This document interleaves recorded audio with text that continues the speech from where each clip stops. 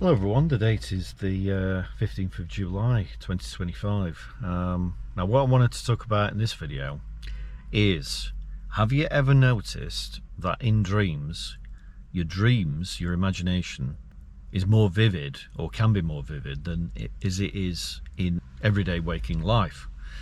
So I'll give you an example of this. Now I had this recurring dream when I was particularly when I was a teenager, also to a certain extent in my 20s. I don't get it anymore.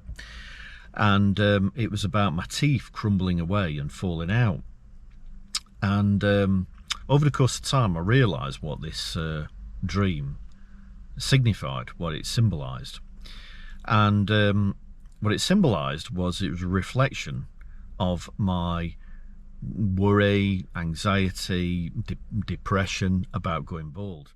Because my hair started going thin when I was literally 14 years old, and it then, you know, as puberty had kicked in, and then the hormones were raging, it started getting thinner and thinner very quickly, slowed down a bit, and then eventually, because my hair was pretty thick to begin with, so it took a while to happen, but eventually by the time I got to 40, I looked like I do now. You know, I'd gone completely bald on top. But you can imagine when you've only just hit puberty and you're just at the point where, you know, you're taking an active sexual interest and romantic interest in the opposite sex, and then this starts to happen. It kind of it's a big deal for a teenage boy. Over the course of time, you know, I just got used to it, and now I'd rather have hair than not have hair, but you know, at the same time, I don't lose sleep on it anymore. But the point is that these dreams started around that time and then have tapered off and are directly proportionate to the level of concern or worry or depression that I had over losing my hair. So I don't get them at all now, because I don't care. And that's the weird thing about dreams. It's like they always communicate to you indirectly. I mean, why didn't I just have dreams about my hair getting thinner and falling out? You know, what was it my subconscious mind trying to tell me? You know, did it think it was too harrowing to communicate with me directly that my hair was getting thinner? Well, then why substitute it for a dream in which my teeth are falling out? Because it was all about looks and appearance, you know, cosmetics.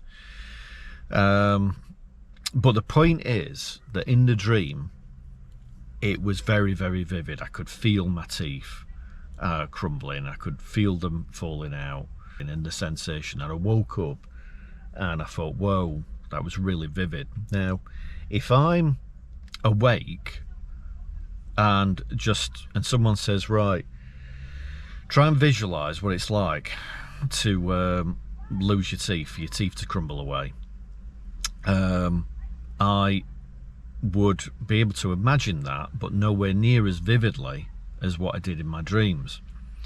So there's two explanations. You know, a kind of like scientific explanation for this could be, well, you know, when you're dreaming, you're unconscious and you're kind of completely immersed in that world.